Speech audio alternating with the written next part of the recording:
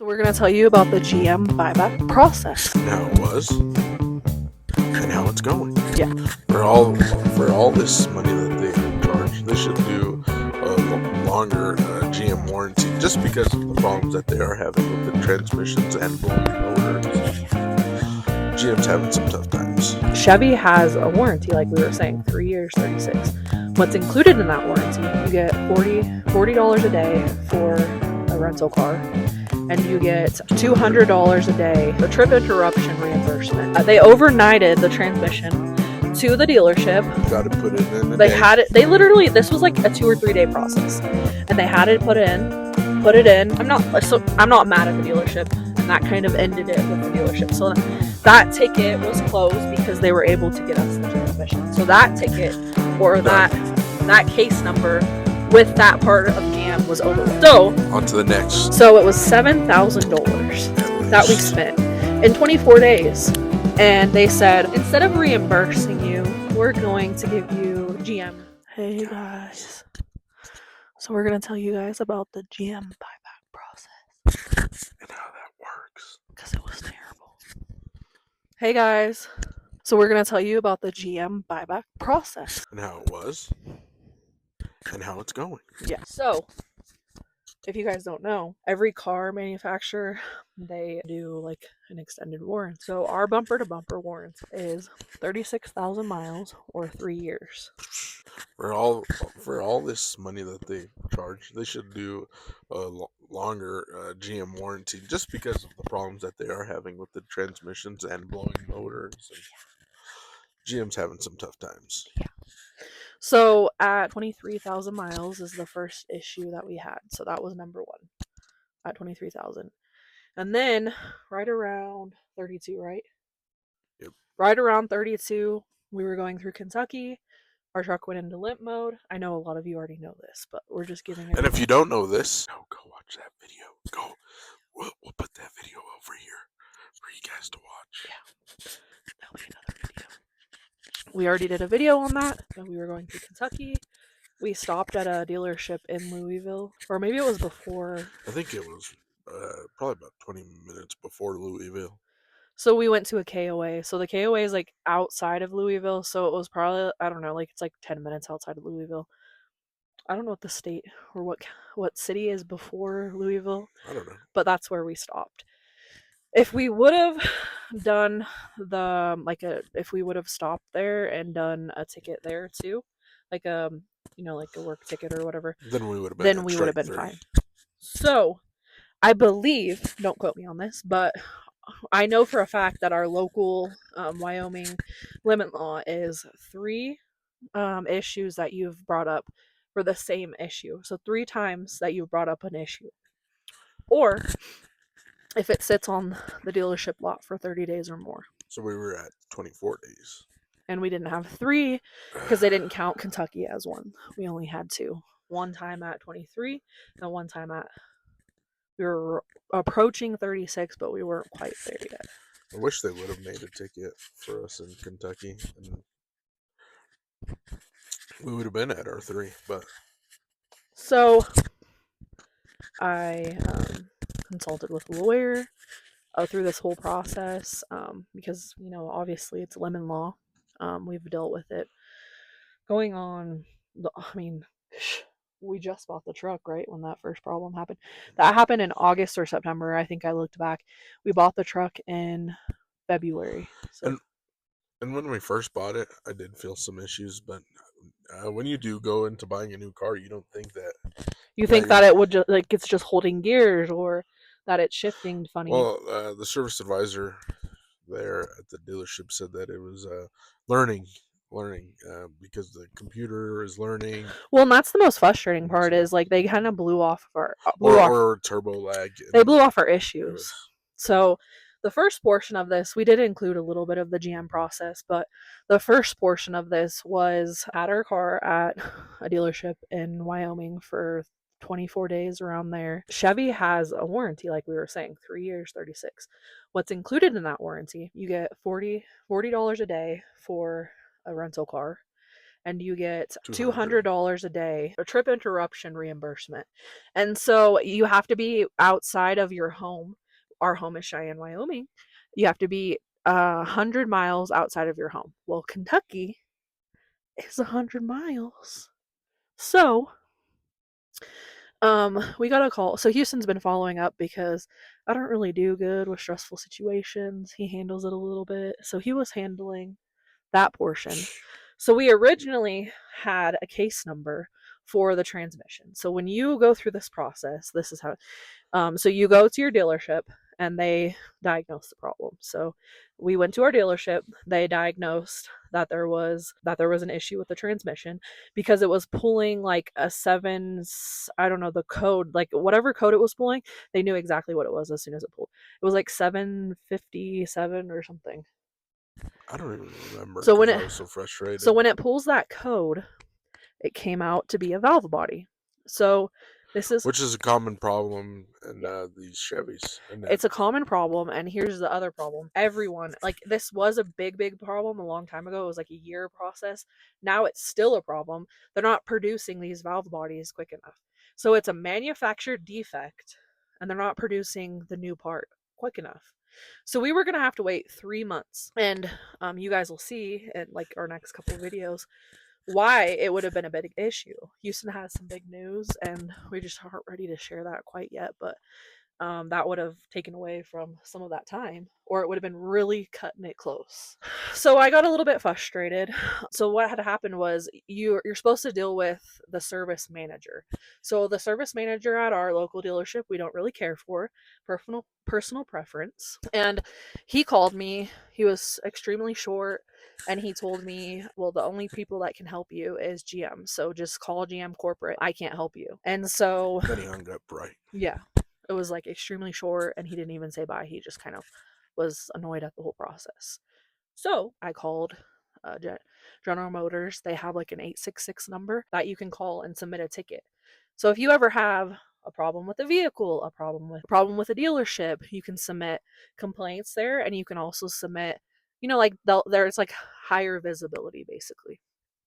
So I called there. They submitted a ticket. I don't know if our dealership made the ticket. I don't know if we did it, or I'm pretty sure we did. We made the ticket. They didn't even start it. So we called. They created a ticket. They assign you a rep through this. Through GM. Yeah. And so we had quite a few of those. She was sick for 2 weeks. So she continued to be sick for 2 weeks. And we kept calling and calling. Finally, I was able to get a hold of her manager. They both talked, and they were going to submit for a buyback. So we were happy about that. They basically said that the buyback wasn't going to happen, and they sent us to parts delayment team. So parts delayment team is just like another portion of GM that really didn't do anything for us. Nothing at all. Not No. even. They didn't. Yeah. They didn't speed up the process for us. They didn't help us. They really had no answers for us neither. So Yeah, so that was fun. We were only with parts delayment team for like a couple of days because at that point I had been thinking about like what are our other options. Well, obviously the owner probably didn't know about it because they were handling it at the service level. And so I said, Houston, let's just go in there because the parts table at our dealership is right next to the owner's office. And I'm like, let's just go in there. He's come out before when I was coming to pick up parts, and he's like, has anybody helped you? And so I've seen him, so I'm like, let's just go into the dealership. So we went into the dealership and wanted to ask the parts guy, like, hey, how long is our part going to take? So he went off. just to get a ETA. Yeah. See if it was moving at all. Because that's what the dealership told us to do, was to go to our dealership. No, Or that's that's what what GM GM. told us to That's what do. GM told us Is to they do. were waiting on how, like, what the issue was, Yeah. and if they Yep. knew like an ETA on the part. Yep. And so we had to go check in because once again the service manager at our local dealership there was not helping us. In our opinion. And so we went there. The parts guy, he's pretty cool. He's super mellow. We've dealt with him a few times because we've purchased And a he's few. always been helpful.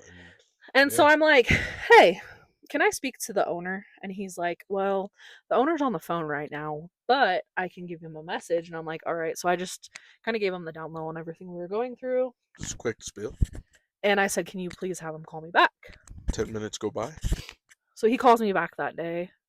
He honestly, I didn't expect much because we had been going through a bunch of poop. He Yeah, ended up he helping us helped out. us out quite a So bit. I think I called him like a Thursday or a Friday, and then by the next week, because he said I have three avenues I'm trying to go, and I said, well, can we know? And he's like, well, one of them's the transmission, but please don't like expect that I'm gonna get you a transmission because I have to get it approved.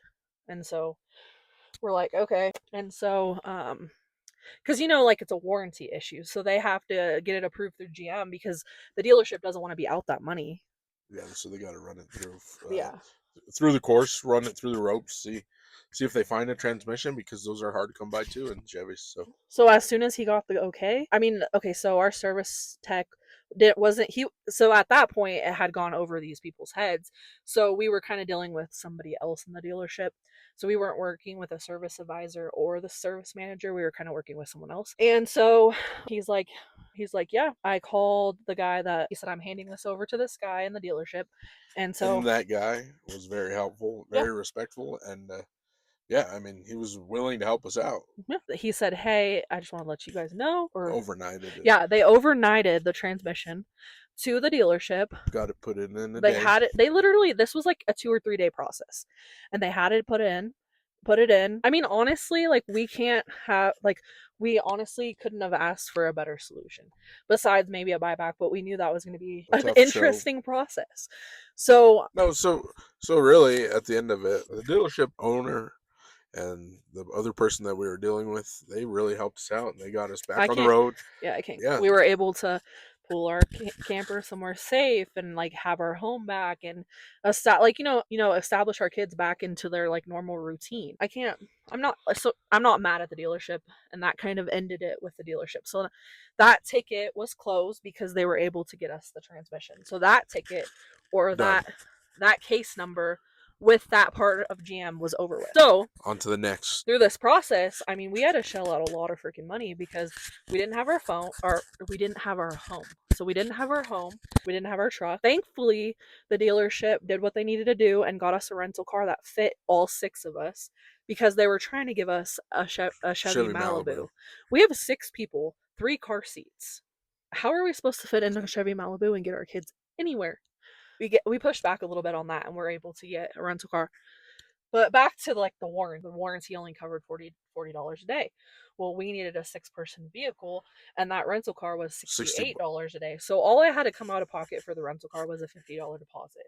That was refundable if you know what I mean. Like, And you guys did see us clean it out. yeah, if you brought it back like good and there was no issues, you would get your $50 back. That was good. So then I was just getting frustrated because we're shelling out crap tons of money. Like I'm not even over exaggerating. I added it all up, and like without like the extras, like me and Houston were even like, hey GM, we're not gonna like bill you for our coffee trips, or hey GM, we're not gonna bill you for like the little things that we bought our kids at the store, because obviously that's not their problem, right? So it was $7,000 At that we least. spent in 24 days to keep our family afloat. And like, So does full-time RVing get expensive, and should you be prepared for unexpected costs? Yes. Yes, you should. but we And wouldn't have spent that much if we had our home. no, but you never know if like what you're gonna run into. Make sure you set some money aside and just for them rainy days when things do get bad because it helps. I was getting, even the owner of our dealership, he said, like, hey, GM owes you something for this because it's not your guys' fault that the part went out. You guys have been dealing with this for 24 days, and you guys have a weird circumstance to where you can't even go pick up your home because, like, we're stuck at our local dealership. Because even GM told us you have to go back to the selling dealership. So even if we would have done the Kentucky thing, we probably would have had to come back or have our car towed to the selling dealership. I finally got kind of annoyed and I messaged the CEO of GM. And then I think it was like a day or two later, Houston got a call, and it's called the Executive Resolution Team. And Google's a great thing. So I found these things through Google. You just Google search the thing and you find it. So I emailed her, and then I got a call from somebody from the Executive Resolution In Team. a few days, right? Yeah, it was not very long. No. So that created another case with GM. and so this is like for trip interference. We get reimbursed for that. We've been going through it for almost 2 months. I've emailed them, like, I gave them more than enough, like, more than enough. I didn't even, like, because obviously we didn't keep all the receipts. So I gave them 2 bank statements, the truck payment, the car insurance payment, the tires and rims that we're buying, that payment, the car insurance payment, because obviously we didn't use it for a month. So how is that fair that we had to pay all this stuff for a month? We've been going through this process, Houston called today and they said, instead of reimbursing you, we're going to give you GM rewards credit. Say what? GM What do you rewards want me to do credit. with GM rewards? If you guys don't know what GM rewards credit is it's something like, so if you purchase your vehicle, you get GM rewards credit. If you purchase parts, you get GM rewards credit. If you have service done, you get credit.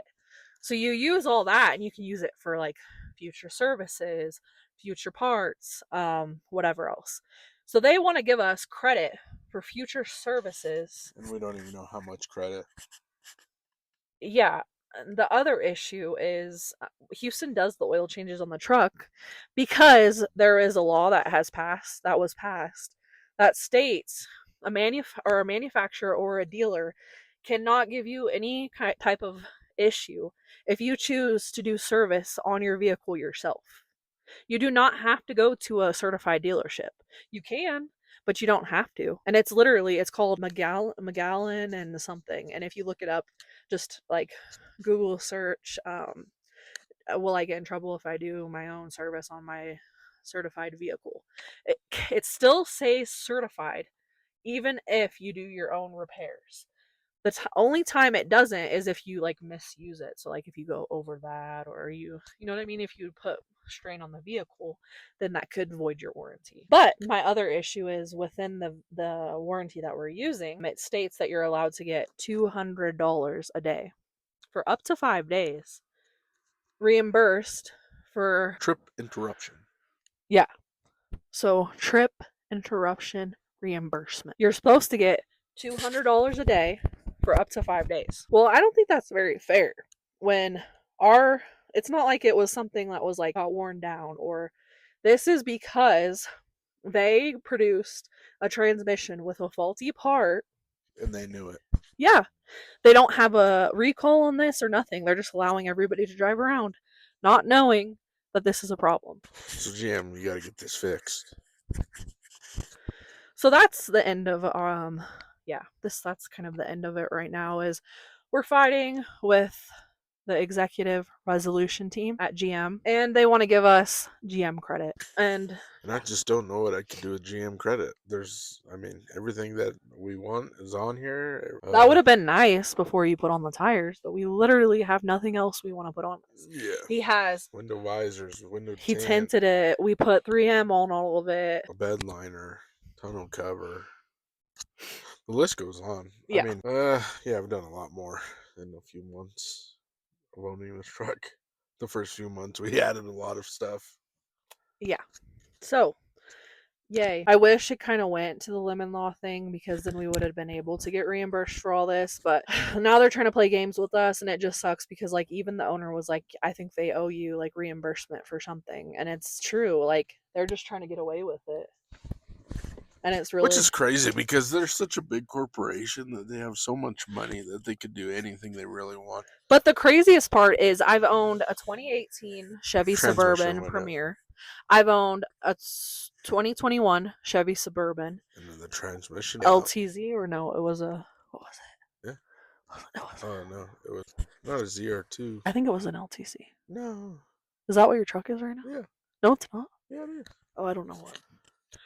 So we've owned 3 Chevys within our relationship, and all of them had transmission issues. The first one was probably due to my choices in life and the people I chose to hang out with. But the second 2 were not our fault whatsoever. About it is like, advocate for yourself, call the GM number, speak to your local dealership. As long as you're not harassing them or being violent or angry, they can't kick you out of the dealership. You can sit there and go every day. Even though the service people might tell you to pack lunch. Yeah, I don't know. It's been a fun process, and We did buy an extended warranty through. Portfolio. Yeah, we bought an extended warranty through Portfolio for 7 years. We're just the type of people that on cars we don't have the best luck, so we needed an extended warranty. That's for sure. Someone's riding an ATV. Yeah, it's Is that crazy. security forces or what? No. Sorry, guys. I'm trying to find a picture right fast. So basically, when the car market was really weird, we traded in our 2021 Chevy Suburban because we were planning on this was like a year process of us getting rid of everything. And so I sold back my Suburban and we were able to actually profit. The first Suburban, it was totaled by a lovely underage child that was out past curfew and ran a light, and it was totaled. The second Suburban we traded in. Well, not traded it in. We sold it back to a dealership in Fort Collins, and they wrote us a very pretty nice check. So we can't complain. No. That was kind of our. What are you doing? I'm trying to find this. This is really gonna bug me. Because it's gonna bug me. It was an LTZ. I don't know. I'm pretty sure it was. Because remember, there was an LTLS, and we got the little bit higher. It was like a sports package. Oh, that thing was sweet. I do miss it. I miss that. So if we were ever to be crazy and have another child, which right now our life is too hectic, or if we were, hey, we want another vehicle, I would want. I like the. Okay, so I always have loved the 4Runners. They are my favorite vehicle. I really like them. So now the 4Runners in America, they do a third row. So I think I might get a 4Runner in the future. So you're gonna want to watch to see what we do. No, but yeah. I don't know. Chevys just have problems with their transmissions. I mean, every brand you go to is gonna have problems, and at the end of the day, you just gotta pick your battles, which one you want to deal with, and It definitely sucks. yeah, and maybe if you are looking to buy or something, purchase a vehicle, make sure you do your research and Or make maybe sure. get the extended warranty through Oh, Chevy. definitely get the extended warranty. The one through Chevy. Yeah. I don't really care for Portfolio all that much sometimes. Yeah. Remember what happened with your truck? Yeah. Which time? When they put a lift and didn't tell the warranty company. And then they try to blame it on us. That we put the lift. And then he said that we didn't have a lifetime warranty. Yeah. When we really did. Then we brought in the receipt for when we with paid for it. lifetime circled on it. Yeah. And they were screwed. They knew we had them. Yeah, we're pretty good with buying vehicles. We paid for Houston 2017 Dodge Ram 1500 in cash, or we paid for the warranty, and the warranty was like a couple thousand, but they circled lifetime on the paper.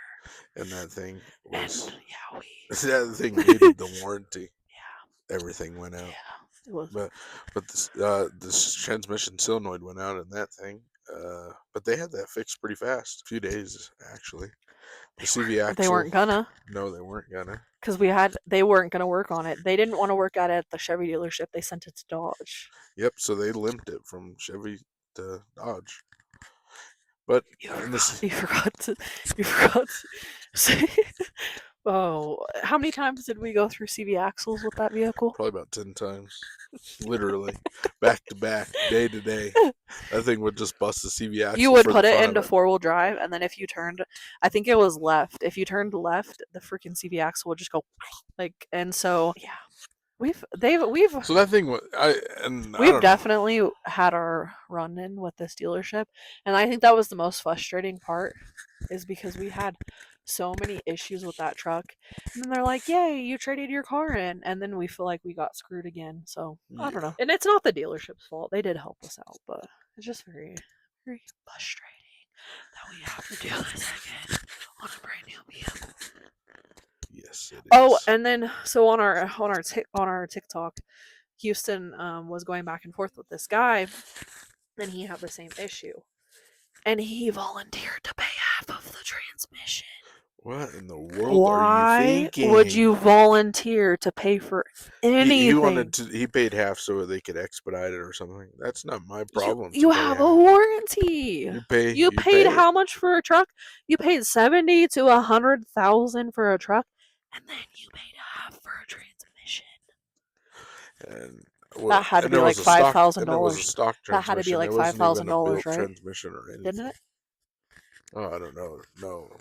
He would have had to pay like $7,000, right? Yeah, because the transmissions are pretty expensive. We Yeah. didn't see how much this Isn't one that was, crazy? but they said it was an expensive part.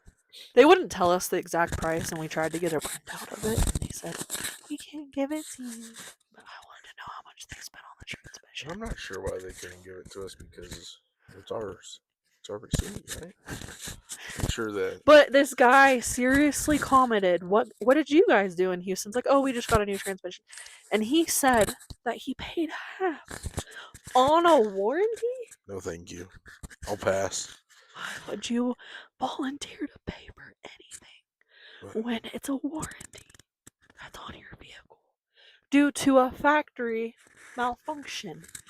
so if you guys do have any It's questions, any crazy. comments, any concerns, drop that in the comment I down know we haven't below. been posting a lot, so we have like one spring break, 2 weeks. Yeah. We have 2 weeks, and then we'll have a lot of content again. We're kind of just taking a little bit of a hiatus. We ended season 2. We're about to start season 3. So in 2 weeks we're gonna drop some big videos, big Yeah. reveals. Until we're So that there, the count settled, the countdown and Houston begins. has everything started, we don't really want to jump the gun yet. Yeah. But yeah, Just because we have shitty luck. that's an understatement. But until then, like, subscribe, show all your friends. Catch you guys on the next one, and check out these new microphones. These things are actually pretty These cool. things are working pretty well. So let us know if you guys are liking it. If you guys want to know where we got these, you're gonna want to check that out because yeah, we did start another. Check us out on Flip Yeah, because we're on Flip. check us out on Flip. The link, Rolling with the the link is, Sanchez's. the link is in our description on our YouTube page, Flip, TikTok, and YouTube. We haven't really done Facebook yet because me and Houston are like, I don't think we're gonna do Facebook. I don't want to do I Facebook. see a lot of people that do Facebook. And I see a lot of mean comments from the Facebook people. I like our community with YouTube. I like our community with TikTok. Yeah, I feel like we have a great community with TikTok and YouTube, and we're very thankful for We're you trying to guys. build So Flip right now. So if you want to see Flip, go follow us because this is where we got these things and they work pretty good. and they were not expensive.